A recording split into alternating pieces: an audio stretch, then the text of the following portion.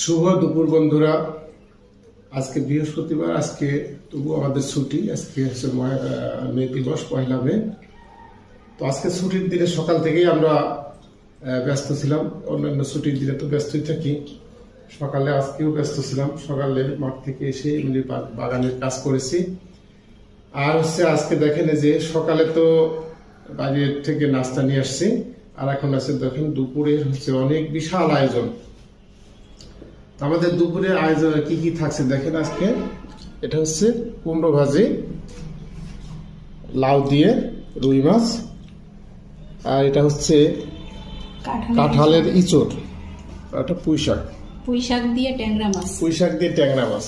তো পুঁই শাক দিয়ে ট্যাংরা মাছ এটা আমার আসলে খুব প্রিয় একটা জিনিস। আর মিষ্টি কুমড়াটা, আমাদের ছাদ বাগানের মিষ্টি কুমড়াটা বড় হতে পারে নাই, ওখানে পোকা ধরে নষ্ট হয়ে গেছে, যার কারণে মিষ্টি কুমড়াটা ছিঁড়ে নিয়ে আসছে।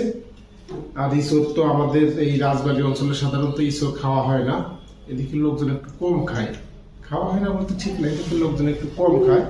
কারণটা হলো আসলে ইঁচড়ের যে প্রধান উপকরণ, ইঁচড়ের যে প্রধান উপকরণ চিংড়ি মাছ। এই চিংড়ি মাছটা রাজবাড়ী, নারকেল দুধ, চিংড়ি মাছ, তারপরে নারকেলের দুধ। আমরা খুলনা যখন ছিলাম তখন কিন্তু এই ইঁচড়টা অনেক প্রায় এই সময় আসলে প্রতিদিনই প্রায় একদিন পর পর বা প্রতিদিন সপ্তাহে 2-1 দিন তো থাকতোই। ওই সব এলাকার মানুষ রেগুলার এখন ইঁচড় খাবে। চিংড়ি আর হচ্ছে নারকেলের দুধ, চিংড়ি, ইঁচড়।